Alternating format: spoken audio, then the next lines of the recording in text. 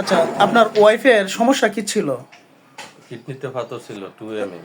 2 mm না? আমার এখানে চিকিৎসা করছেন কতদিন? প্রায় 3 মাস। 3 মাস চিকিৎসা করার পরে এখন পাথর আছে কি? না, এখন পাথর নেই। শুরু করিতেছি পরম করুণাময় আল্লাহ রাব্বুল আলামিনের নামে, যিনি আমাকে সৃষ্টি করেছেন। আসসালামু আলাইকুম। আমি হোমিওপ্যাথি ডাক্তার শাকিল। সাধারণ মানুষকে হোমিওপ্যাথি প্রতি অবগত করার জন্য এবং সাধারণ মানুষকে হোমিওপ্যাথি প্রতি বিশ্বাস বাড়ানোর জন্য এবং আমার শ্রদ্ধেয় গুরুজি ডাক্তার রবীন বরণ স্যারের প্রণীত ডাক্তার রবীন বরণ method for proper homeopathy treatment অনুযায়ী আমি চিকিৎসা দিয়ে যাচ্ছি, যার প্রেক্ষিতে প্রতিনিয়ত ফলাফল পাচ্ছি। এই ফলাফল শুধু আমার একার নয়, দুই বাংলায় যারা ক্লাসিক্যাল চিকিৎসা করে সকলে। আসলে আমি দেখাতে চাচ্ছি এবং বোঝাতে চাচ্ছি, রুগীরা যখন হতাশার মাধ্যমে কেটে যায় তখন আমাদের কাছে আসে হোমিওপ্যাথি চিকিৎসার শেষ ভরসা হিসেবে। উনিও তেমনই ঘটেছে। ওনার ওয়াইফের সমস্যা ছিল কিডনিতে 2 mm পাথর ছিল, আর 3 মাস চিকিৎসা করে পাথর চলে গেছে। আসলে আমরা মুখে বিশ্বাস করবো না, সেটা কাজে দেখাতে হবে এবং রিপোর্ট দেখাতে হবে। আচ্ছা, আপনি পাথরের জন্য আনুমানিক কত টাকা নষ্ট করছেন?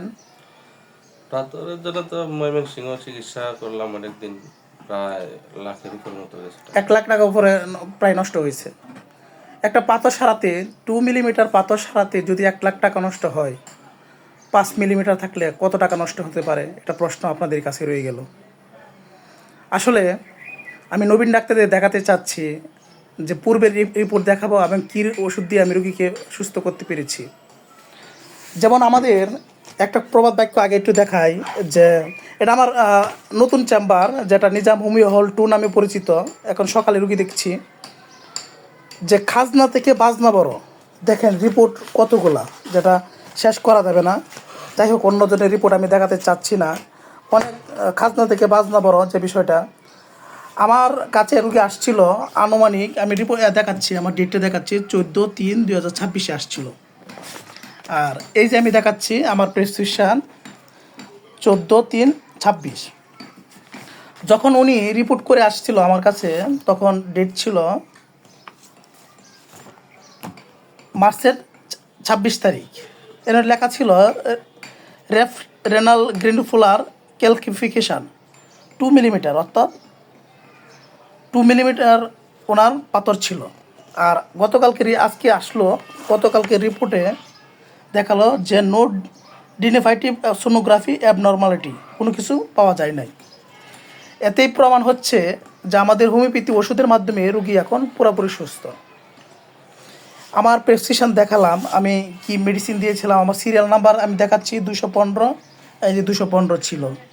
আর ওই যে ডেট 14/3/26, অর্থাৎ আমার এখান থেকে 3 মাস রুগী চিকিৎসা করছে।